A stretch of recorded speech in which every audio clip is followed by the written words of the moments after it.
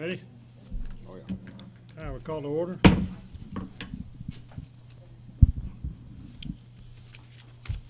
First, we'll take roll. Okay, Jackie Cooper, Richard Davila, Present. Gary Hahn, Present. Amy Trost, J.T. McDowell, Deetra Stewart, James Fowler, Lance Brooks. Present. Do we have a quorum?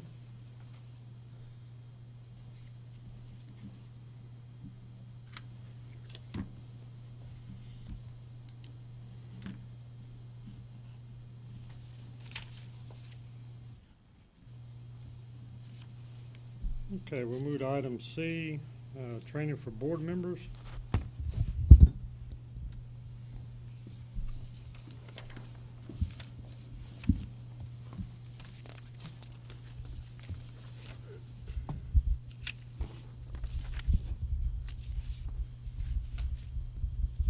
Good morning, I'm Wendy Pello, Assistant General Counsel. Today on your agenda we have advisory board training. This is something we do both for our new members, but we also do periodic training for the existing members just to keep you up to date on some particular acts that are really relevant and impact how you conduct your business here as advisory board members, and how you conduct yourselves also outside of a formal meeting situation like today. So there's 3 acts that we want to discuss with you today. It's the Open Meetings Act, the Administrative Procedure Act, and the Public Information Act. We'll first start with the Open Meetings Act, and this is one that we'll spend the most time on. This is really the one that really has the greatest impact on your advisory board meetings. Just as a refresher, the Open Meetings Act, the purpose is to make sure we have open government, and that's really the purpose for all 3 of these acts, is to make sure we're open and transparent to the public and what the government is doing. As part of the Open Meetings Act, it requires that meetings of a governmental body be open to the public, and that the notice or an agenda be provided to the public so the public has advance notice of what will be discussed at the meeting, and also has the date, time, location of that meeting so they can come and participate and observe what the advisory boards are doing. These are mandatory, these are not optional, and in any questions or any doubt or any gray areas, it's always liberally construed to be in favor of open government. And as I go through these slides, just so you also know, you have got some handouts in your materials as well, so some takeaways just to refresh yourself after the meeting, and always can refer to those as well. One of the key concepts we're going to talk about is quorum. And a quorum is a majority of the members of an advisory board or committee, and it's fixed either by statute or rule. For the Hearing Instrument Fitters and Dispensers Advisory Board, there are 9 members, so a quorum is 5, and today you've got a quorum. You need a quorum in order to take any official business. There have been a couple instances in the past when there hasn't been a quorum of the advisory board. We have still been able to meet, but the board has not been able to take any official action, so things like approving minutes or taking action on rules or anything like that, you would not be able to do. But today we have a quorum here, so you will be able to take action when we get to those items on the agenda that require action.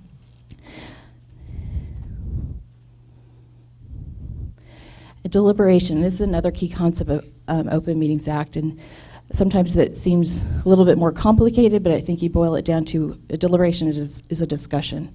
And as discussion, it can be verbal, it can be written.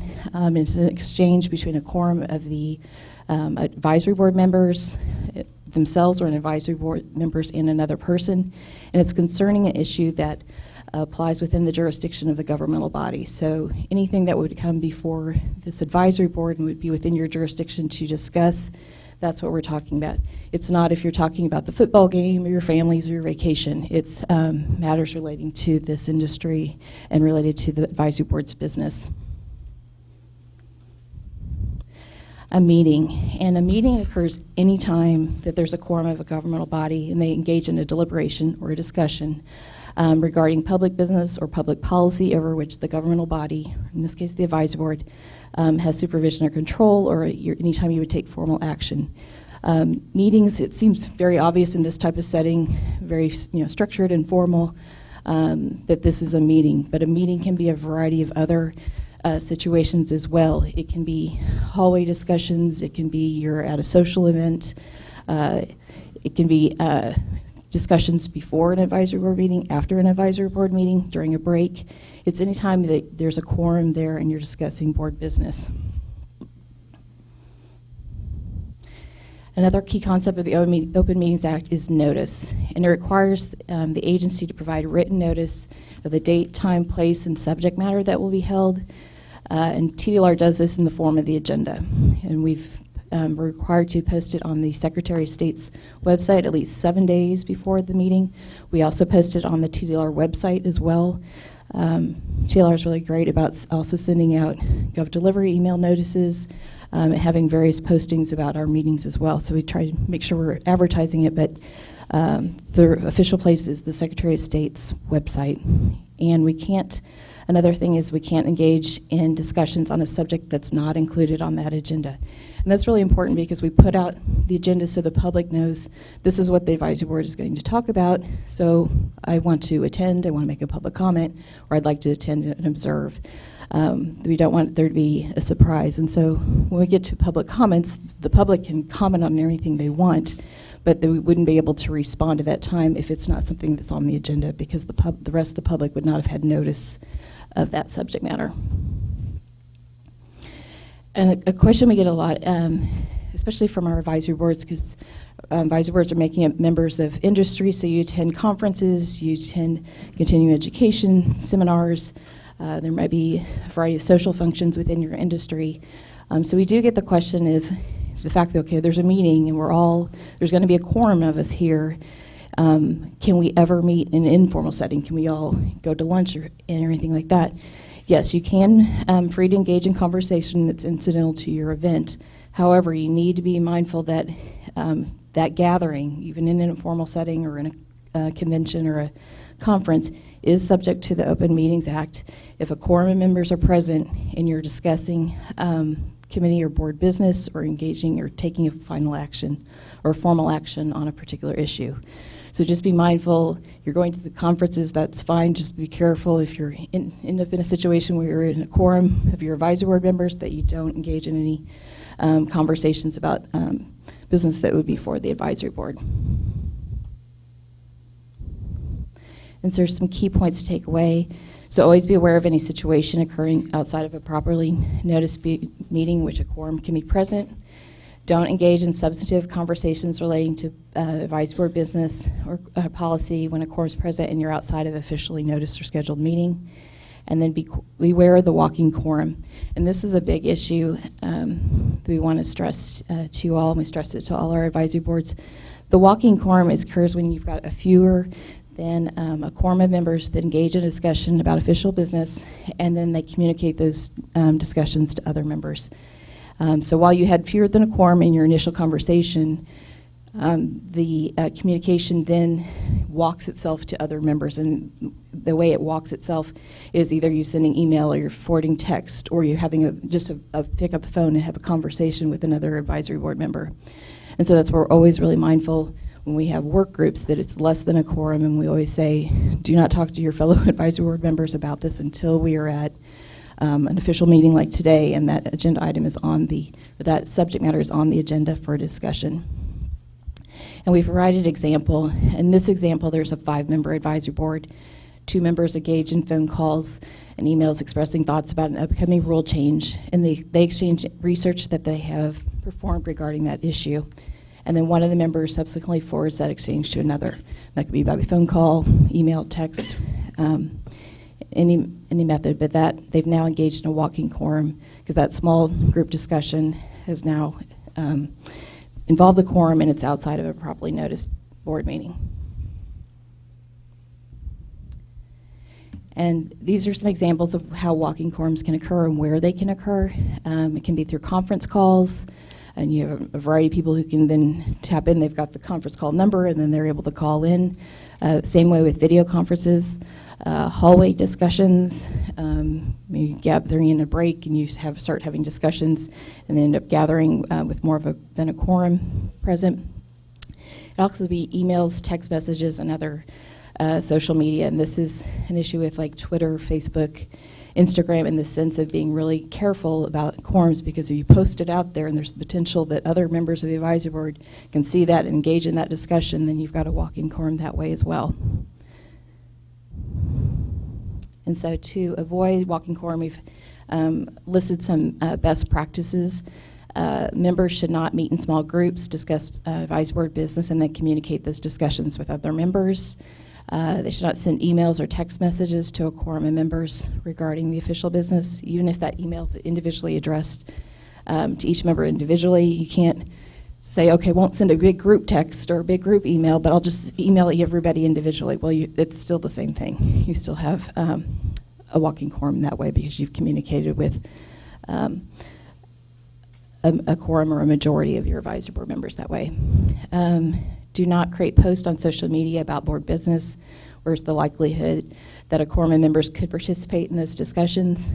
And then don't ask a quorum of the members, again, even on an individual basis, for feedback or comments on advisory board business outside of a public meeting. And this is a concept called polling, and basically you're trying to get an informal vote before it happens in the public and then during the open meeting. You can't do that as well. And then just some guidelines for our open sessions, in this being today and during our meeting. Make sure that the discussion for the advisory board is limited to the specific items that are on the agenda. Sometimes it can be, you have an interesting discussion going, and then it just kind of morphs and it evolves, and it ends up being on a topic that's not on the agenda. So we need to be mindful of that. That time the staff will kind of jump in and say, hey, this is kind of wandering off topic or wandering off the noticed agenda item. And so if it's something the advisory board wants to discuss further, that's something they can put on a future agenda for further discussion. During the public comment period, members of the public are given the opportunity to speak. We can set reasonable time limits on that. When they do come up and they're making a public comment, they can raise a subject on any subject they want. However, the discussion of the subject matter coming back from the advisory board is you can't have a discussion with them or interaction with them. It's basically being limited to saying this is something we'd want to put on a future agenda item and for future discussion. And then again is to let the public know that this is an item we'd like to discuss, and they wouldn't have had any notice in advance of what a member of the public came up and the information or the comment that they made during public comment in order to participate as well. So it's not that you can't ever have a discussion on those public comments, it's just not right then.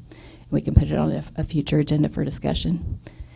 To avoid violating the act on the basis of insufficient notice, we need to, again, limit our discussions to the specific items that are on the agenda, as noticed in Secretary of State. Avoid allowing discussions regarding a specific agenda item to wander off topic. Don't respond to or discuss the issues that are raised during public comment, but which are not on the agenda. And then we can specifically identify items for future agenda items that you would like to discuss. And just the advisory boards and all of our boards, not just for TDLR, but in any state agency, the state takes this very seriously, and there are civil and criminal penalties for violating the Open Meetings Act. Civil penalties means that any interested person, that could be a member of the media, may petition the courts to stop an action that's taken in violation of the Open Meetings Act. So they can allege that the advisory board took an action, but it violated the Open Meetings Act, and then they can ask the court to void that decision, say to stop any action. Any action you take may be voidable, and this is like it didn't count and it didn't happen. So it can stop those actions. And along with civil penalties, there's criminal penalties. And so a member who knowingly participates in a walking quorum, or you knowingly participate in a meeting that's closed to the public, you're subject to misdemeanor criminal penalties. And that can be a fine of $100 to $500, confinement in county jail for 1 to 6 months, or both the fine and the confinement. So the Open Meetings Act has some teeth to it, and so we take that very seriously. So we always want to advise our advisory board members and our commissioners just to be very mindful of that and be careful of the conversations you're having, and that where and when you're having it, and that you don't violate the Open Meetings Act. And again, this kind of summarizes best practices, avoid communications that involve a quorum of advisory members outside of a properly noticed public meeting. And just on caution as well, that includes before the meeting starts, before we gavel in, after we gavel out, letting those conversations happening during the meeting continue on after the meeting. So that don't let those communications happen before the meeting starts or after the meeting ends. Or if there's any breaks, make sure that you're having the conversation and the discussion on the record so the public can see that. And then again, confine discussion to items that are on the agenda. And we've listed a variety of resources. These are also in your materials, so if you would like to look at this later, the AG has a training video that's probably about an hour long, maybe a little longer, about Open Meetings Act. Take you through various scenarios. That's helpful. They also have put out a handbook. We've cited the statute. And then, of course, you can always call the General Counsel's office at TDLR if you have questions about the Open Meetings Act. Questions? The next act we want to bring your attention to is refresh you on, is the Administrative Procedure Act. And this is basically an act that's governing how all state agencies conduct their business, and in terms of making sure we have uniform practice and procedures. And it touches a variety of things, contested case and rulemaking, but for purposes of our advisory board, the biggest impact for the APA is the rulemaking process. And it's making sure that there's public participation and transparency in that rulemaking process. Now, a rule is basically just a statement made by a state agency that implements, interprets, or prescribes law or policy and describes the procedure or practice requirements for a state agency. And kind of the most obvious example that we have is when we do rulemaking to implement legislation right after a legislative session. And so basically the legislature puts out the framework of the statute, and the rules come in and kind of add those details, the process and procedures for how that law will be implemented and how the agency will implement those laws. It kind of sets out the details, putting the licensees on notice of what will happen. And it's important to note that a rule is a statement of general applicability. It's going to apply to all the licensees. This is not a rule that applies just to one licensee or in a particular case. And a rule can be not just a new rule, it can be an amendment to an existing rule, it can be the repeal of an existing rule. And a rule isn't just something that applies to TLRs, like our internal policies and procedures that don't affect licensees. That's not what a rule is for purposes of the APA. We've got several sources for rulemaking. The one that I think our advisory boards deal with that, and I think the hearing instrument fitters and dispensers advisory board deals with that, is the legislative changes. We don't have anything on our agenda today, but in future meetings we will have rules that will come forward, and we'll be implementing changes that were legislation that was passed during this past legislative session, the Texas legislature. Another source is advisory board work groups. This particular issue can come up through the work groups. They can be studying a particular issue. We do have rules on our agenda today for discussion that originally came from and were developed with the advisory board work groups and staff. Advisory board discussions, maybe a topic comes up and you want to just put it on an agenda for its notice, you discuss it, realize, hey, we need some rules about that, so that can come up that way. TLR staff also identify rules that may need to be either added or amended. Either we're getting lots of questions about a particular rule, maybe it needs some clarifications, maybe we're getting lots of questions that the issue is not addressed in rule, and so we need to address that. And again, all of our rules still have to stay within the statutory authority, or within our authority of the statute. So There may be rules that we can't do if it's, we can't do rules on everything, but rules that would help the program and help licensees be clear and transparent, and help the process and procedures that are in the framework of the statute. There's also a 4-year rule review. This is something that happens, every state agency has to go through this. All of our programs go through a 4-year rule review. And that's where agency looks at its rules and looks through them and says, are these still necessary? Is there any provisions in here that are obsolete? And it's a good check for state agencies that they don't just adopt rules and then put them on the shelf and never look at them again, or they start doing practices and their policies and procedures kind of change, but they're not reflective of what the rules are. And we always want to make sure the rules are reflecting what the state agency is doing in terms of its practices and its policies. And so that's always a good check for state agencies. So rules may or may not come out of those that review. And then the last one is a rule petition. And we've had several that have come up that have come before this advisory board. And a rule petition is when any interested person, they can submit a petition to a state agency saying that they would like to propose changes to a particular rule. And when the APA defines an interested person to be a Texas resident, a business entity located in Texas, a governmental subdivision of Texas, or a public or private organization that is not a state agency but is located in Texas. So they need to be located in Texas. The APA and then our Chapter 60 procedural rules that affect all of our programs for the agency set out those requirements of what somebody needs to do to make that rule petition. But that's another way of rule changes that can be brought. This chart shows just kind of a very, very high level kind of flow chart of the rulemaking process. Taylor staff that have gone through this know that it's very detailed step by step, but the highlights, and one of the things we show this is this kind of these bluish squares here is where the advisory board is in this process. But TLR makes sure our process is very open and transparent and allows opportunities for the public to participate. We have ideas for rules, kind of what we just talked about, that there is a lot of drafting and a lot of review internally and with the governor's office for reviewing those rules. And that point, the rules come before the advisory board.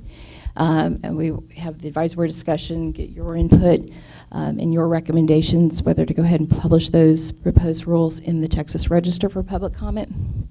So then they're filed in the Texas Register. The public has 30 days to comment on those proposed rules, and this is another opportunity for the public to participate.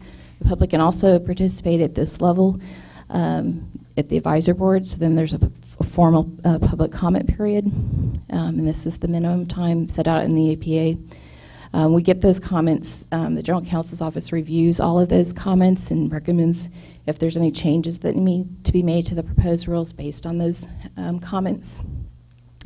Important thing here is we have to respond to every comment that we get, and so the public won't get an individual letter back from the agency saying, here's what we did with your, in response to your comment, but you will see that when we publish our the adoption notices and we go through the comments of, we received a comment from an individual who said X, and here's the department's response. We agree with it, we disagree with it, we made a change, or we didn't make a change based on their comment.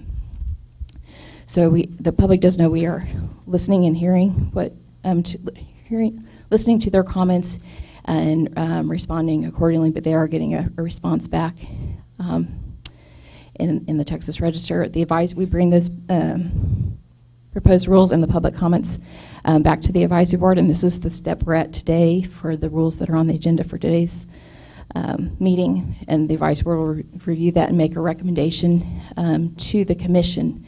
So the commission's going to review it, and again, the public's participating at this advisory board level. The public can also participate at this commission meeting level, so there's a variety of opportunities for the public to participate.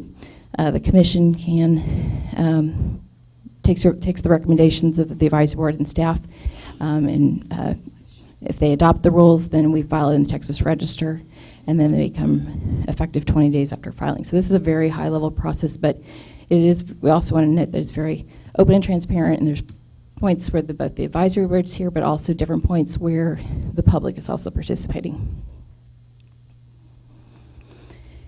And this is the rule review process. This is that 4-year rule review process I was telling you about. And again, we do it every 4 years. Basically, we publish a notice of intent to review. We don't publish any rule text. It just says the department is doing this review.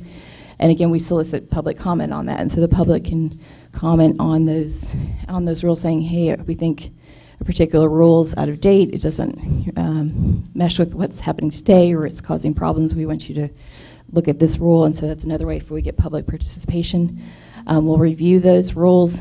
At this point, because we didn't publish any proposed changes, we can't make any changes, but we will bring those comments to the commission. The commission will, in most cases, will re-adopt the existing rules, but those public comments will then end up going to an advisory board.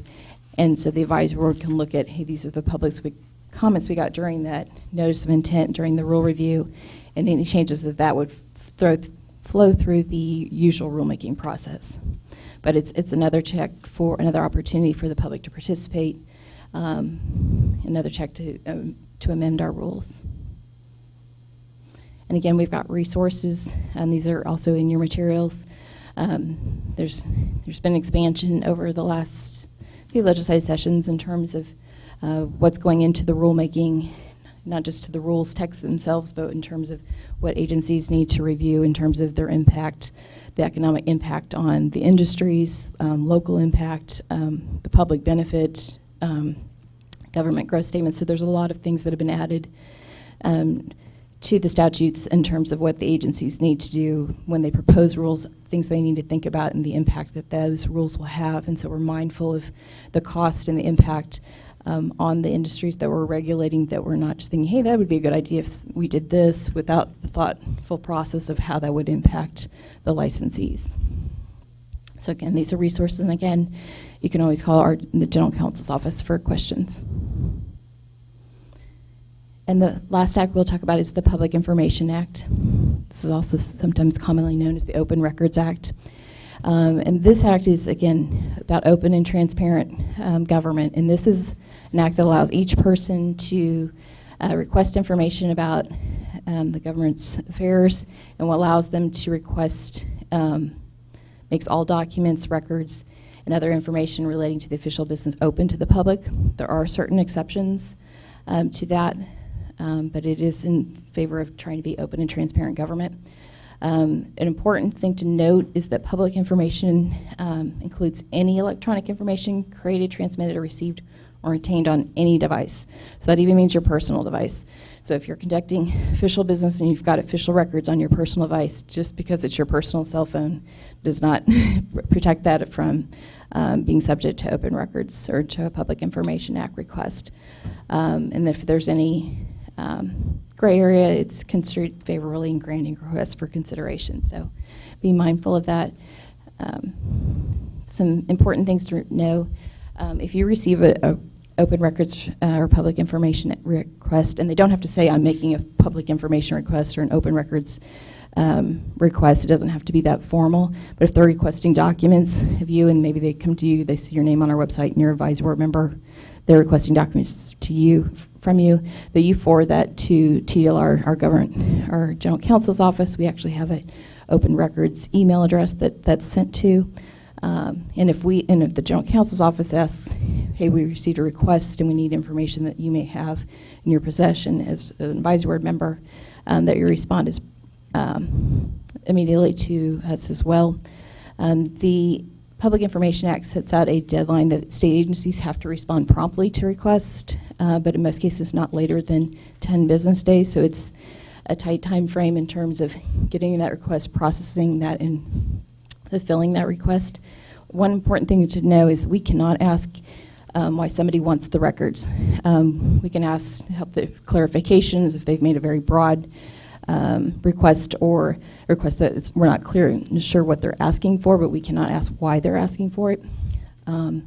So there's a prompt response on that. And then there are certain exceptions to the disclosure, and those are set out in the Public Information Act. And there's certain things that are always required to be redacted, like date of birth, email addresses, certain educational documents, like protected health information that might be covered by HIPAA or the Texas Medical Privacy Act. So again, we've got Public Information Act resources. Again, the Texas Attorney General has a training video on this act, so that would, it's about an hour long or so, and so as a resource, and they've also have a handbook. And again, TLR's General Counsel's our phone number, and here's the Open Records email address is open.records@tdlr.texas.gov. And that information is in your website too, in case you get that request. And that concludes our training. Any questions? And you're always free to ask questions of me later or anytime. Thank you. Thank you. Okay, we'll go to item D, the approval of the minutes from February 7th, 2019 meeting. I hear a second. All in favor? Aye. Any opposed?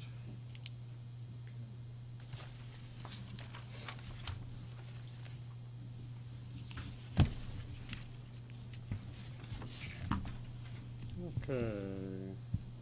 We'll go to item E, public comment. Have anybody signed up for public comment? Okay, we do not. We'll go to item F, staff report. Hear from licensing division.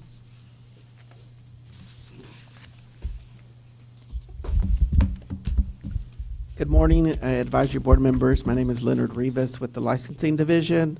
Welcome, Mr. Brooks, to the advisory board. To the right of me is Vicki Watson. Vicki is here today because she's worked with you for many years at DSHS, and then when we transferred here to TDLR. And Vicki is very passionate about the fitters. She thinks we're not going to be able to take care of y'all when she retires in December, but she's been training staff on it. And so we brought Vicki today just so she could come to the last advisory board meeting and see some of y'all. And we want to thank Vicki for her service. She said she worked with the fitters program for more than 10 years at DSHS, and then once it transferred to TDLR. So that's why Vicki's here. Very nice. You wanna say Congratulations. anything, Vicki? I've enjoyed working with all of y'all. Same Really here. have. Gonna miss you.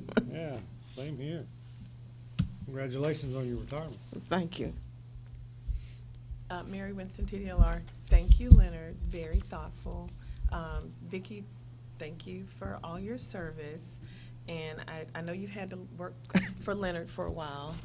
And you trained him real good, so. I worked for him on and off. Oh, my gosh. Okay, so we appreciate it. He wanted to make you feel special. So I'm sure he's going to do something else before December. Again, my name is Leonard Rivas with the licensing division. You have your report in front of you. I won't go over the entire report. I'll just give you some highlights since your last meeting. For the hearing fitters and dispensers, we have issued 28 initial applications. We renewed 250 renewals. For the apprentice, we've issued 39 new licenses. We renewed 2. And for the temporary training permit, we've issued 95 new licenses, and we have extended 23 extensions. The current population for the hearing fitters and dispensers is 676 as of today. The apprentice permit, 55, and the temporary training permit, 132.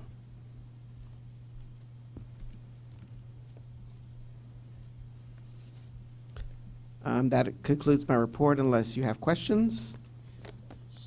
I'm a newbie, so I'm just That's fine. curious. Sure.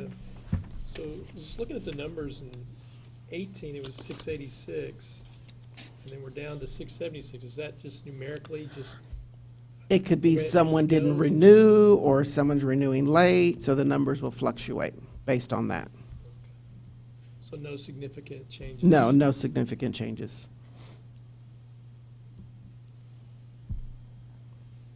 Anything else? No? Okay, thank you.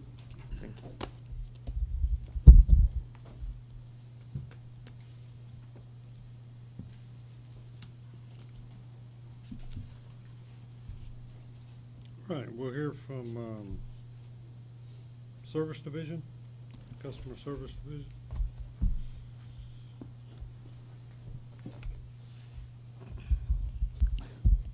All right, good morning, advisory board members. My name is Tuan Nguyen. I'm one of the customer service managers for this program. Since last time we met in June, I don't know, I went over some of these updates for our division, but I'm gonna go over that first before I go into the stats. So customer service has moved over here to North Campus. We're now located on the second floor. So if any of the members would like to see a tour of our operation or anything, I'll be more than happy to show y'all around. The other thing we did in June was they upgraded our contact center software. Part of that was to increase some of our efficiencies and also for us to get more detailed reports to do more root cause analysis on why customers are calling in.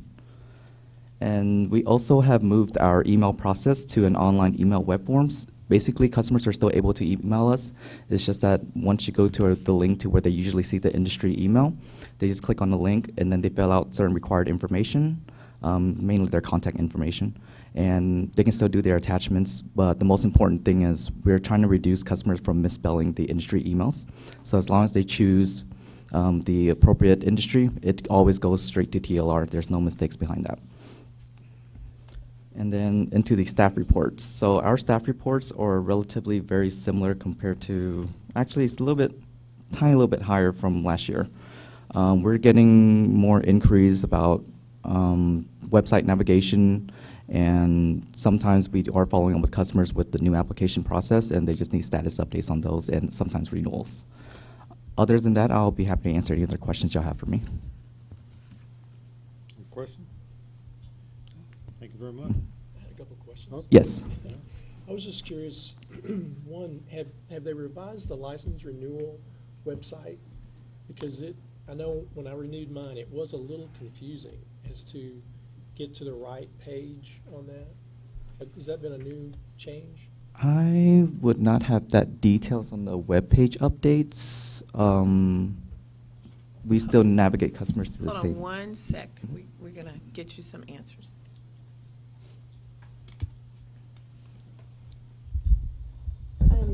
This is Katie Bryce. Our IT department recently kind of made a lot of revisions to the web page to make them all more consistent and to make it easier to find information right at a glance. But in doing that, the home page of the license renewal did change some. So it's just been reformatted a little, but it's the same basic process of The renewing. process was good. It was just really a little challenging to figure out How to get to there. it? Okay. I'll talk to Josh and see if there's something maybe we can tweak a little to make it easier to get to it.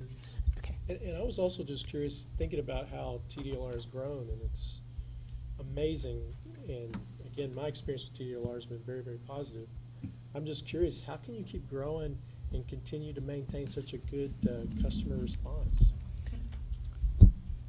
Definitely a lot of it's teamwork among the other divisions. We always try to look at different perspectives, and again, like Katie stated, we really want to make things consistent for every programs. Even though it's different programs coming in, we want to make sure the layout and the formatting is very similar. So that way when any customers go in there and our staff, when they go to the website to navigate the customers, it's always consistent. The other thing is we're constantly trying to resolve issues that are recurring, not just keep on doing it's like 10 inquiries come in and then we just try to process the 10 inquiries. We actually want to look at it and see what can we fix so the customers don't have to call us. Excellent, excellent. Thank you. Sorry, I'm kind of new, so I was just curious. You are new, And, not even kind of. and Ben hadn't hit me yet, so I'm doing okay. Very good. Anybody else? All right, we'll move to Enforcement Division.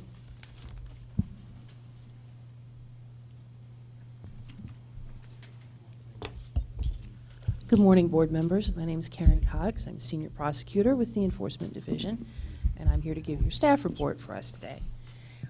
We have two cases on the case highlight section, and both of them happen to be criminal background review, criminal history review cases. On March 22nd, a commission order was entered against a respondent, resulting in the revocation of his hearing instrument fitter and dispenser license based on his conviction of aggregate theft over $100,000. A crime directly related to his responsibilities and duties as a hearing aid fitter. One of the first things this board did when it came over from TDLR through your work group was adopt what we call the criminal conviction guidelines, which is the list of the document that we use to, when we do criminal background reviews, to consider whether or not someone's license should be denied or revoked based on a criminal background review. And that's how that case went all the way through SOA up to the commission and was final through a commission order. The other case is a somewhat different process. On July 28th, the department issued a letter to a hearing aid fitter notifying him that his license had been revoked by operation of law. That is, it was revoked automatically without formal action by any body or tribunal, effective February 11th, 2019, when the respondent was incarcerated in federal prison after a felony conviction. The Attorney General of Texas has determined that if, through an Attorney General opinion interpreting some statutes, which we can go into more detail about this later, but if you have a license issued by the state, by any subdivision of it, and are incarcerated after conviction of any felony, then the license is automatically revoked without an action of the licensing board. So that's the second case.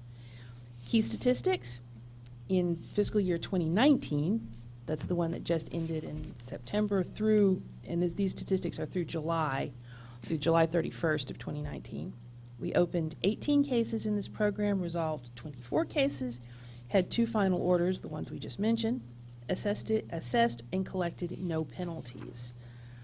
Fiscal year 2018, September 1, 2017 through August 31st, 2018, we opened 27 cases, resolved 32, issued 1 final order, and again collected and assessed no penalties. And on the far right-hand column are the statistics for the agency. Through July of 2019. In fiscal year 2019, enforcement opened 10,037 complaints, resolved 9,325, issued 1,698 final orders, assessed a little over $22.9 million in penalties, and collected $1.5 million. And for the previous fiscal year, we opened 10,585 cases, resolved 9,833, issued 2,037 final orders, assessed a little more than $3.2 million in penalties, and again collected a little bit over $1.5 million. May I answer any questions? I've got a couple, if you Certainly. don't mind. My name is Lance Brooks. And Mr. I was Brooks, just- I'm sorry, Mary Winston.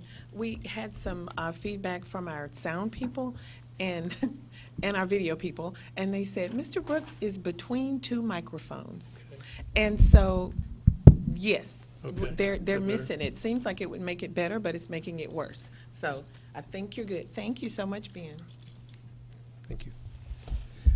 I was just curious, thinking about as a business owner and as also in an association where we try to train people on the issues, I'm just curious of the 18 that are there, which seems like a positive trend, a minuscule piece of what you guys are looking at, but a positive trend that we have fewer complaints. Are those 30-day where people are complaining that they weren't able to return their hearing aids, or is it a wide plethora of issues?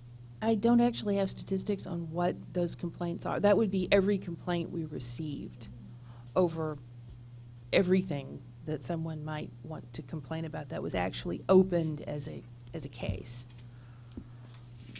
In enforcement, we're complaint driven, Sure. but our cases come into intake, and in the intake division will take a look and see if it's jurisdictional. That is this complaint against a person that we regulate, or a person is this against a licensee or a person acting in the place of a licensee who doesn't have a license? And secondly, are they doing something that we regulate? So intake would look at the complaint. If they say, yes, it's against a licensee, and yes, it's within the scope of something we regulate, one of the statutes, they would open a complaint. And those are those 18 complaints. So So it could be somebody selling hearing aids without a license, or could be unlicensed 30-day, activity, could be whatever. 30-day returns, it could be just, there's any number of things. Any of the things that we regulate, that would be one of the 18 cases that we got. Okay, thank you. I was just curious. I would make a comment, being on the previous board of the complaint committee, it's a whole lot less than what we had in the past. Looks positive. Ben, Yes, Mary ma'am. Winston, I can't hear you now. Can't hear me? Okay. I gave my mic away. I know. Okay. One more time? I really. I just made a comment, being on the previous board and the complaint committee, we had a whole lot more complaints previous years, so that's positive. Thank you all. Thank you. All right, we'll now go to Education and Examination Division.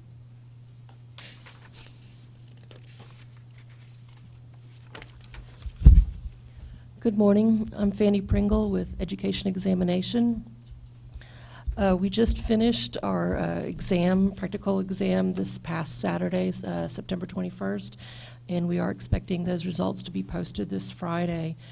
We did have to cancel one of those sessions for the Houston site due to the tropical storm Imelda. There was some flooding in the area, and so we are in the process of rescheduling exams for those candidates. There were 15 candidates that were impacted by that.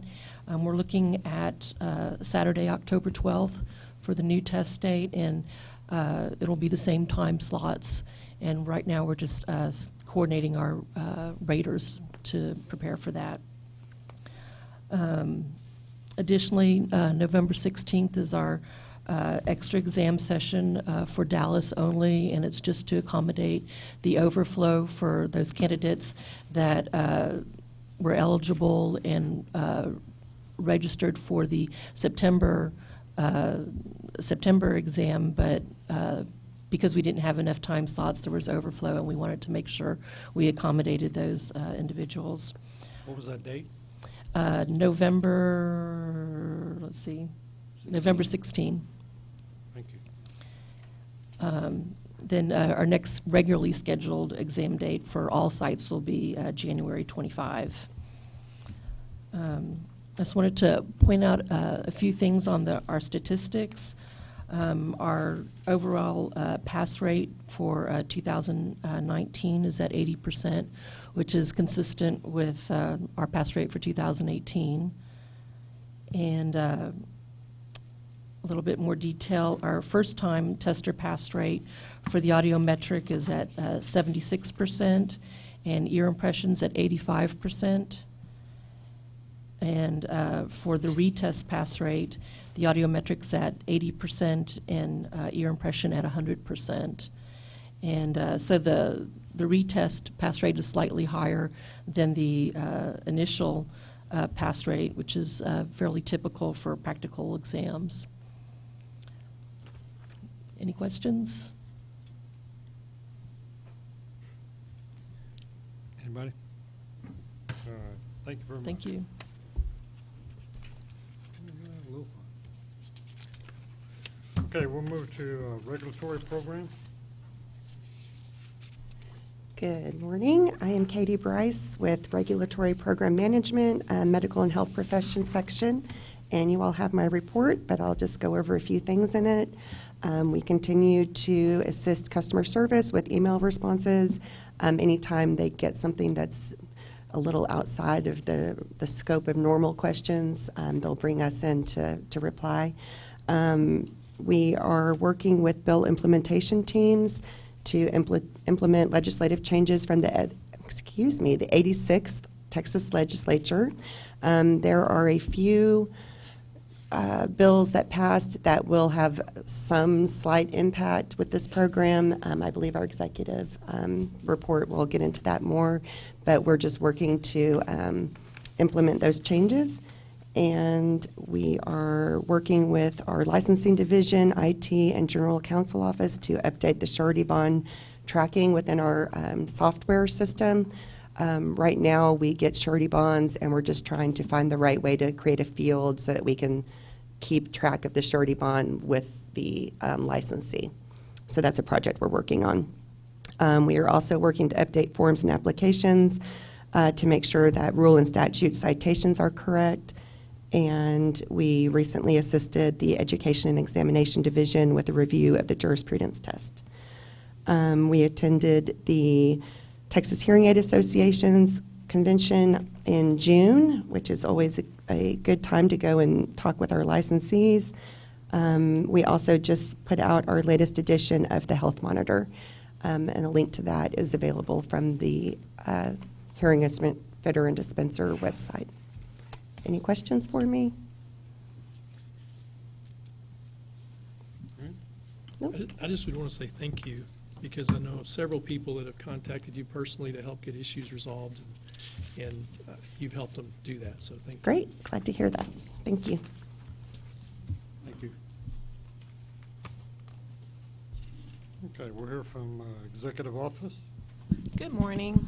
Mary Winston doing the executive report this morning. I want to start out with personnel updates. I just confirmed with Anna, we have a new deputy executive director, and he's been here forever, well, longer than I've been here, but he was here as our chairman of our commission. Mike Harris-Mendez has left the commission, and now he is the deputy executive director, one of them, for TDLR. So that offers a very unique position. He's seen things from the outside looking in, certain demands, requests, what have you, how we handle things that are given to us, different tasks, and now he sees how we do it, and he is a director over several of the programs or divisions that have reported here today. Mike started in March, and in the middle of the session, went to the Capitol and barely left. So he started at a point where it's kind of trial by fire. But he jumped right in, and it was at a completely different capacity than he's used to, but it's been great, and I know the staff has enjoyed having him, and it hasn't been a lot of growing pains, though we've continued to grow.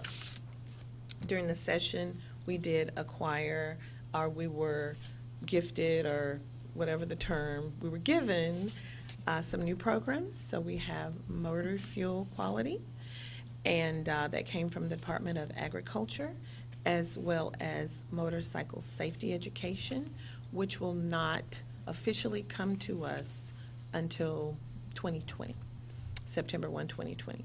But currently we are working on everything to, we always, when we know something's coming, we're doing the background to get it working. So because of all of these new things coming to us, we also have new staff that are coming to us. We have a lot of positions that are posted and that will be posting as soon as our Human Resources division gets that in rotation to assist the agency with the new programs and where we see things that require that for the programs we already have here. Communication outreach statistics, it's really the numbers for who's reached out to us regarding your program from the last 6 months, and how they reached out. So we have 69% visitors who reach out for hearing fitters and dispensers are from a desktop computer, 28% from smartphone, 3% from a tablet. The top reasons for visiting the website: examination information, forms, administrative rules, FAQs, and then laws. There's also a process that TDLR is involved in that all state agencies have to be involved in. It's called the sunset process. So there's a sunset commission that determines what an agency does and how it does it, and if the agency can do it better. We have had a couple of smaller agencies or programs come to us based on sunset reports from the commission, i.e. the podiatry program, which is now regulated by TDLR, was a very small agency, and though we have hired the majority of the staff that came from there, there were only, I think, 4 people working there at the time. But you had 4 people, all the expenses that it came with handling that space and everything for the 4 people, and Sunset Commission felt that it would be better handled in another agency versus a completely separate agency that only housed 4 people to take care of the podiatrist license in the state of Texas. So now it's our turn. Now, for TDLR, because we have taken on several new programs, Sunset has allowed us to do sort of a bifurcated, separated, extended review. So our first half of the review is we've just done our self-report. So we get to tell them what we think, what we do, how we do it. But that is limited to 24 programs. Those are the programs that were at TDLR before September 1, 2016. Does not include your program. So at this time, the review of sunset of TDLR does not include hearing fitters and various other programs that had not come at that time. And we call them our legacy programs. So we're in that process. All agencies do it, and it's just our turn. Now, once we finish the process for the legacy programs, at that point, at a later date, at a later year, Sunset will, because the process does take a while, will then look into the newer programs that we have that came after 2016, September 1. And during the time this was decided, we did not at that time have motorcycle safety and motor fuel. So we will see how that goes. That is Sunset's decision, and we handle that accordingly. One last personnel update. We're losing someone in executive office.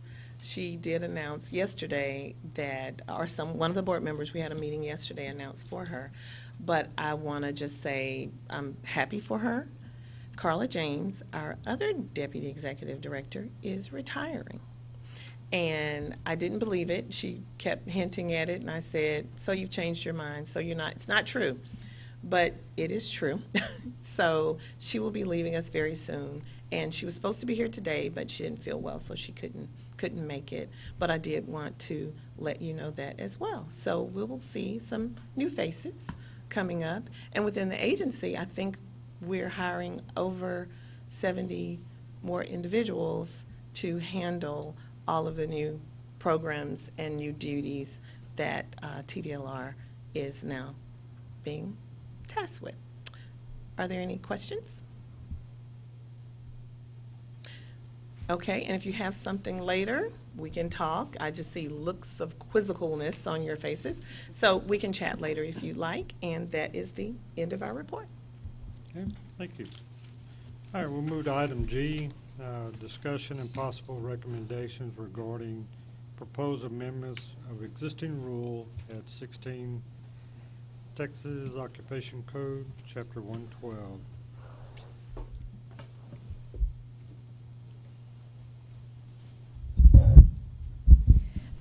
Hello again, Wendy Pello, Assistant General Counsel. Under Agenda Item G, these are the proposed amendments to Rule 112.25, the examination, the requirements regarding the examination proctors. Just as we have a new advisory board member, and then I know it's been a while since we discussed this rule, so just a little brief background. This is a rule that was developed by the Education Examination Work Group in conjunction with the TDLR staff. This was a rule to look at the requirements to be an examination proctor in terms of how long they had to practice before they could serve as a proctor, how many practical exams they had to observe before they could serve as a proctor. And so in looking at the rule, the work group had made some, and the staff had proposed some changes, and those changes came to the advisory back in February. So on February 7th, we had the discussion. We talked about this proposed rule. And again, when you look at the rule, it's the qualifications for the examination proctor. It's changing the number of years that the licensee has held the license and changing it from 3 years to 2 years.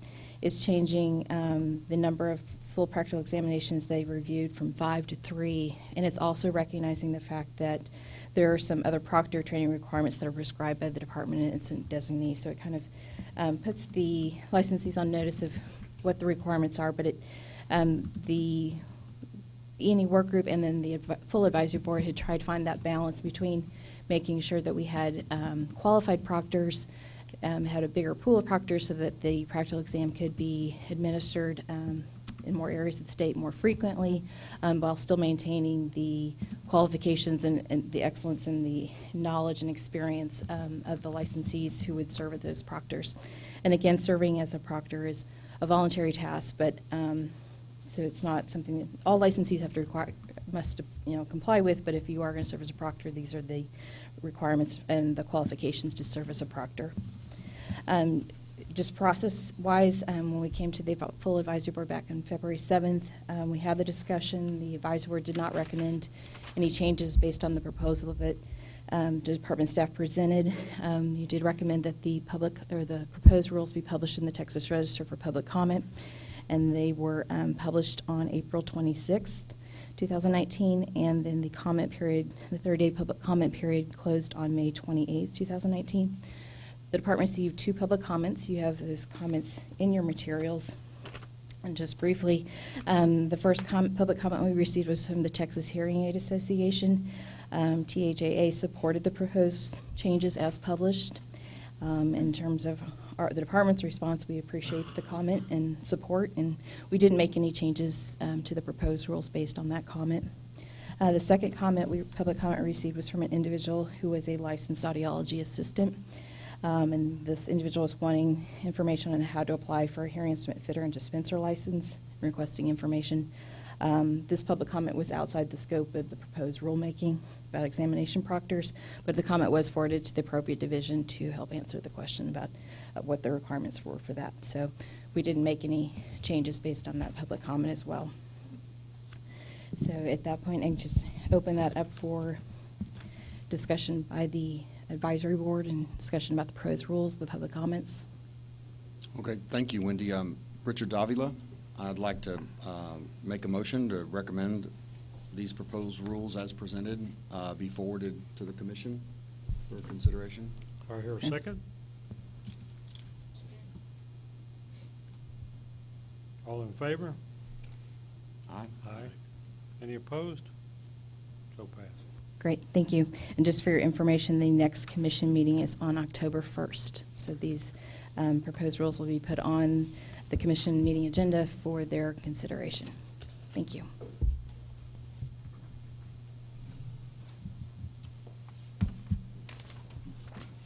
Okay, we'll go to item H, recommendations for agenda items for next board meeting. We have any recommendations? Okay. Item I, discussion date and time of and location of the next board meeting. Mary Winston, TDLR. This is the location. The time that we have, that we're looking at for our next board meeting, and I'm going to say this, we currently have bill implementation teams throughout the agency, and certain activities that happen during the session that we have deadlines for what we have to post on the Texas Register or what have you. We're already getting them lined up, so we're lining up our meetings that have to occur on, I think we're already in January. For this group, we're looking at 1/15 or 1/22. So after the holidays, and I believe those are both on Wednesdays.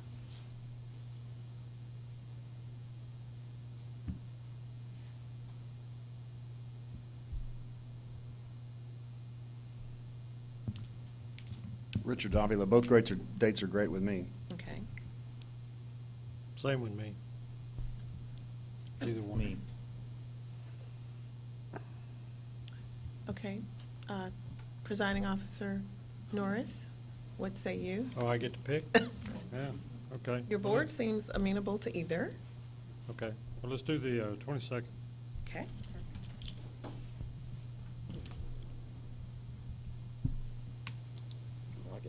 Like it? Okay. And Mary Winston, again, as always, if there are other items or additional items, we'll always have reports. We'll have whatever updates at that time. But if there are additional items that you want on the agenda, let us know. And just contact advisory.boards@tdlr.texas.gov, and we will make sure we get those handled for our next meeting date. Okay. Very Mr. good. Chair, Wendy Pella, Assistant General Counsel, just in terms of back on H with the agenda items for next board meeting, we will be bringing proposed rules to the advisory board, and those will be rules that are implementing the legislation that passed this past session. So Okay. that will be an agenda item to add for your agenda. Thank you.